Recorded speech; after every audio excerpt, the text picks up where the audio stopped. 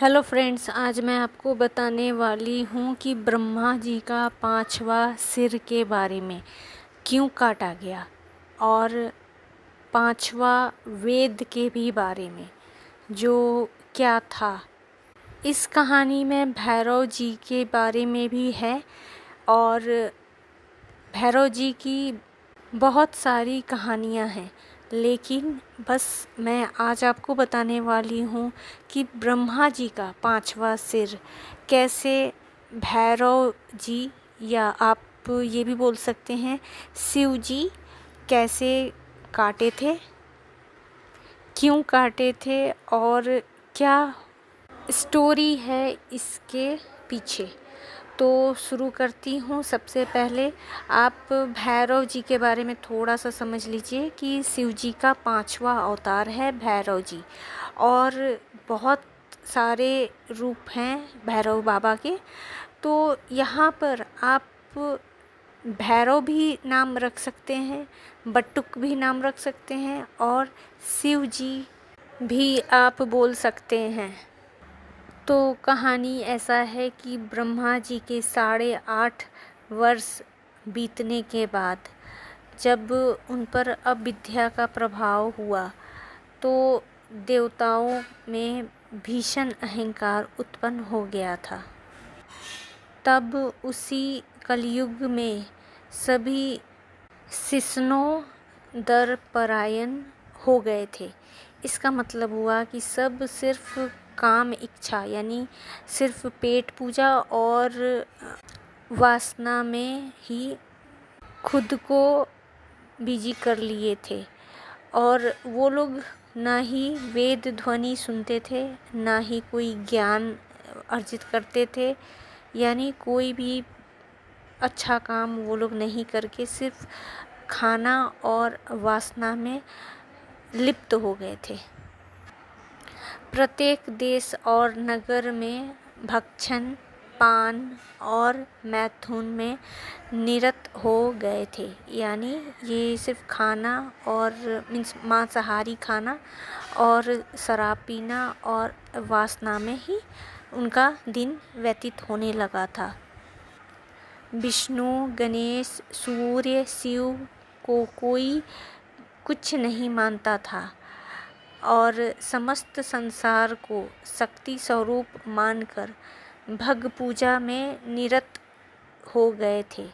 ऐसा स्थिति देखकर बटुक का रूप धर शिव जी ब्रह्मा जी से पूछे कि हे ब्राह्मण, आप धर्म का उपदेश करें जिससे हम लोगों का उद्धार हो सके।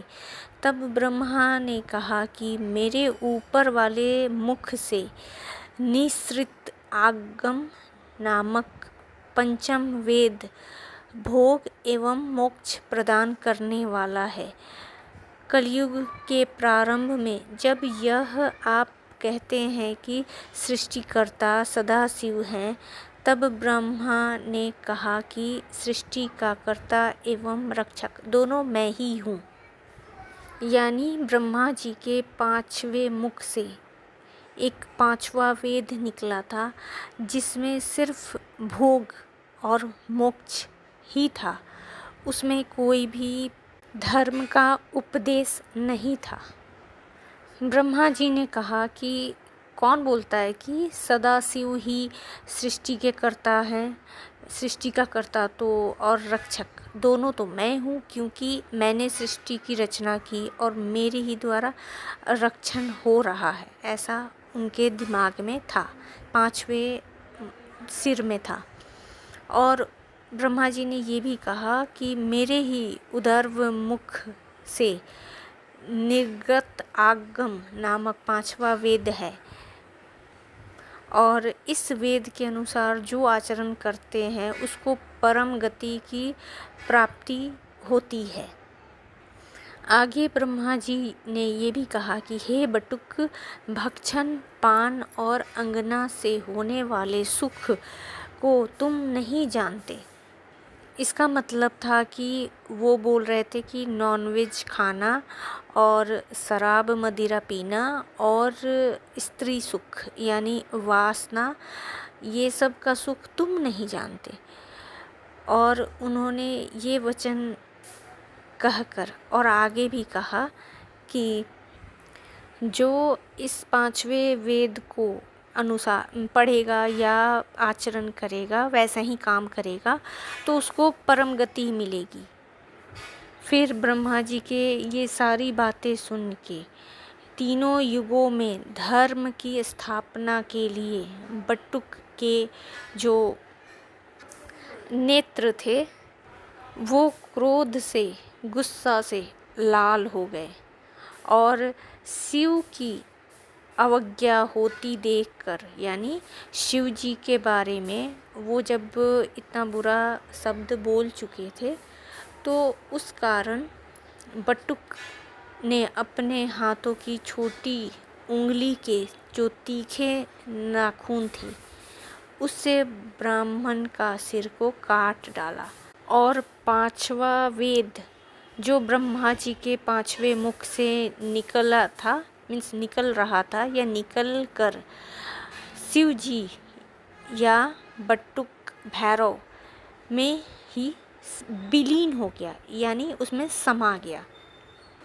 तो ये था कारण ब्रह्मा जी का पांचवें सिर की जो काटी गई थी, तो क्यों काटी गई थी, और पांचवा वेद के बारे में कि पांचवा वेद आखिर क्या हुआ, कहाँ गया।